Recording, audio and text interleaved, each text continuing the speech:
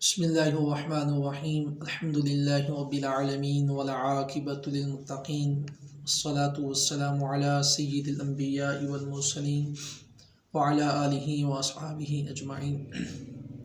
قال اللہ تبارک و تعالی فی کتابہ المجید والفرقان الحمید فاذکروا اللہ کذکرکم آباءکم او اشد ذکرا آمنت باللہ صدق اللہ مولانا العظیم وصدق رسولہ النبی الکریم الرؤوف الرحیم۔ معزز سامعین کرام، آج آپ کی بارگاہ میں جو آج کا بیان ہے وہ ذکر بالچاہت کی قرآن اور احادیث مصطفیٰ سے دلائل پہ تبادلہ خیال کیا جائے گا۔ اکثر دوست احباب بلند آواز سے ذکر کرنے سے منع کرتے ہیں کہ بلند آواز سے ذکر نہ کیا جائے، یہ جائز نہیں ہے، بعض اس سے منع کرتے ہیں۔ دیکھیں، کوئی بھی عبادت ہے، اسلام اس میں میانہ روی کو اختیار کرنے کا حکم دیتا ہے، نہ تو اس پہ حد سے بڑھ جانے کا حکم ہے، نہ ہی بالکل اس کو چھوڑ دینے کا حکم ہے۔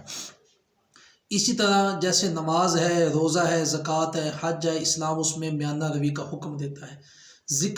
ذکر جو ہے اللہ کا، یہ بھی ایک عبادت ہے، تو اللہ اس میں بھی میانہ روی کا حکم دیتا ہے۔ اس کا یہ مطلب نہیں کہ انسان بلند آواز سے چیخ کے اللہ کا ذکر کرے کہ جس سے اگر مسجد میں کوئی نماز پڑھ رہا ہے تو اس کی نماز میں خلل آئے، کوئی بیمار ہے تو اس کی بیماری میں اضافہ ہو، یا کوئی سویا ہوا ہے تو اس کی نیند میں خلل ہو۔ اگر یہ عذر نہ پائے جائیں تو بلند آواز سے ذکر کرنا اتنا بلند نہ ہو کہ آوازوں کو پھاڑا جائے، یہ شرعی طور پہ جائز ہے۔ تو قرآن میں اس پہ دلائل یہ ہے کہ اللہ تعالیٰ نے قرآن مجید فرقان حمید سورۃ البقرہ آیت نمبر 200 یعنی 200 میں ارشاد فرمایا، فاذکروا اللہ کذکرکم آباءکم او اشد ذکرا۔ لوگو، اللہ کا ایسے ذکر کرو جیسے تم اپنے آبا کا یعنی اپنے باپ داداؤں کا ذکر کرتے ہو، بڑے شوق کے ساتھ اور بڑے ذوق کے ساتھ۔ جیسے تم اپنے باپ دادا کا ذکر کرتے ہو ایسے اللہ کا ذکر کرو، بلکہ او اشد ذکرا، بلکہ اس سے بھی زیادہ سخت جو ہے وہ شوق ذوق کے ساتھ آپ اللہ وحدہ لا شریک کا ذکر کرو۔ تو معلوم یہ ہوا کہ آدمی اپنے باپ دادا کا ذکر دل میں نہیں کرتا، بلکہ بلند آواز سے کرتا ہے، مجمع میں کرتا ہے، لوگوں کو سناتا ہے۔ تو معلوم یہ ہوا کہ بلند آواز سے ذکر کرنا، اللہ کا ذکر کرنا، یہ قرآن سے ثابت ہے، اللہ نے اس کو بیان فرمایا۔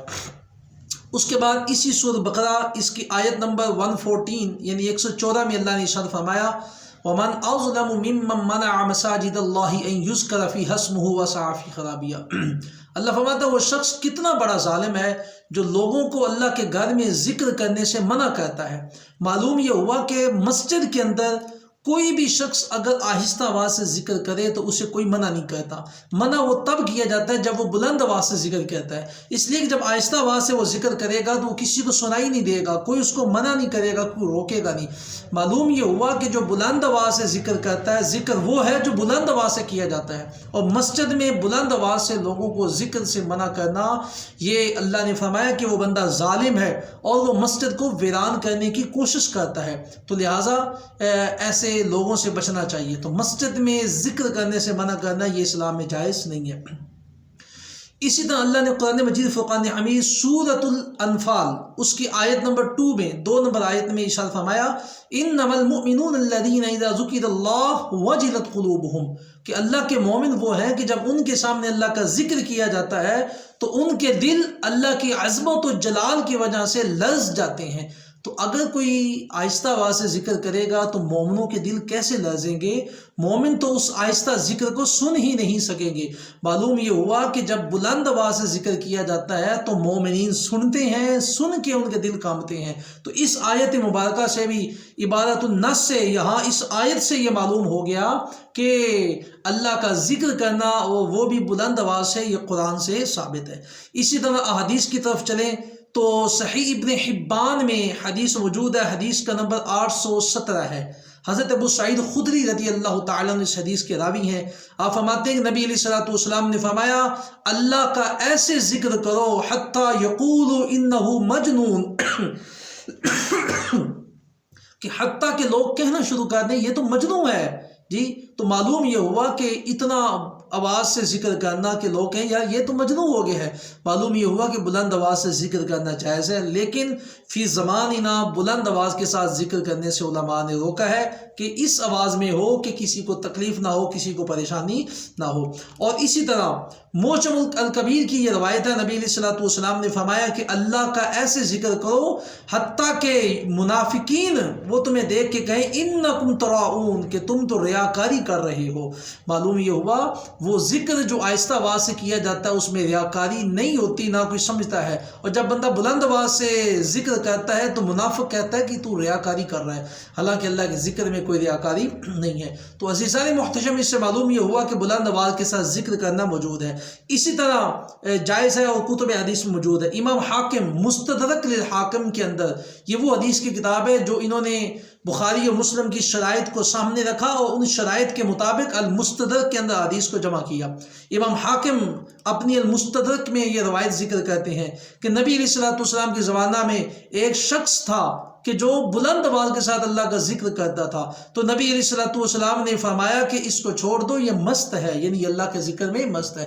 معلوم یہ ہوا کہ آقا علیہ الصلوۃ والسلام کے زمانہ میں بلند آواز کے ساتھ ذکر کیا جاتا تھا۔ اس کے علاوہ جو حدیث مصطفیٰ میں نے پڑھی، نبی علیہ الصلوۃ والسلام نے فرمایا کہ یقول اللہ کہتا ہے، حدیث قدسی، انا عند ظن عبدی بی، میں اپنے بندے کے گمان کے مطابق ہوتا ہوں، میرا بندہ مجھے جیسا سوچتا ہے میں اللہ اس کے ساتھ ویسا سلوک کرتا ہوں۔ فَإِن ذَكَرَنِي فِي نَفْسِي ذَكَرْتُهُ فِي نَفْسِي، اگر کوئی میرا بندہ اپنے دل میں میرا ذکر کرتا ہے تو میں بھی اپنے دل میں اس کا ذکر کرتا ہوں، حالانکہ اللہ دل سے پاک ہے، تو جو اللہ کی شان کے مطابق ہے۔ اور فرمایا کہ اگر کوئی بندہ مجھے کسی گروہ میں کسی گروپ میں بیٹھ کے میرا ذکر کرتا ہے تو میں اس گروپ سے بہتر یعنی فرشتوں کے گروپ میں بیٹھ کے سبحان اللہ فرماتا ہے میں اپنے بندے کا ذکر کرتا ہوں۔ تو معلوم یہ ہوا کہ لوگوں میں بیٹھ کے اللہ کا ذکر کرنا یہ قرآن مجید سے حدیث مصطفیٰ سے ثابت ہے۔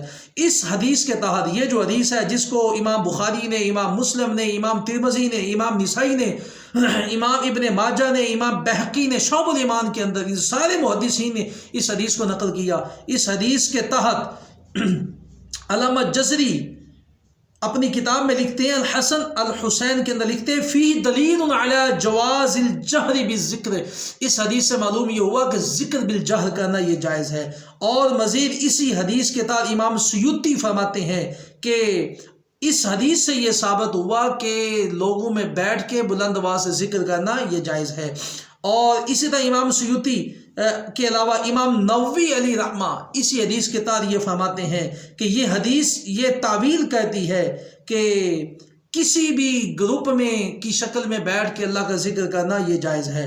اور اس کے علاوہ امام شیخ عبدالحق محدث دہلوی علیہ رحمہ اس حدیث کے تحت اپنی مشکات کی شرح اشیۃ اللمعات میں فرماتے ہیں، زیر حدیث مذکورہ آوردہ کے دری حدیث دلیل است بجواز ذکر جہر، اس حدیث سے معلوم یہ ہوا کہ ذکر بالجہر کرنا یہ شرعی طور پہ جائز ہے، اس میں کوئی ممانعت نہیں ہے۔ تو معزز سامعین کرام، ان آیات سے ان دلائل سے معلوم یہ ہوا کہ ذکر بالجہر کرنا جائز ہے۔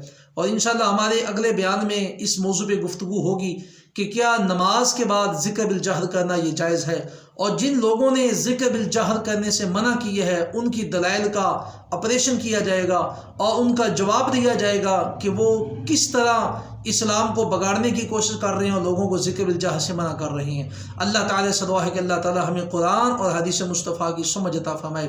وآخر دعوانا ان الحمد للہ رب العالمین۔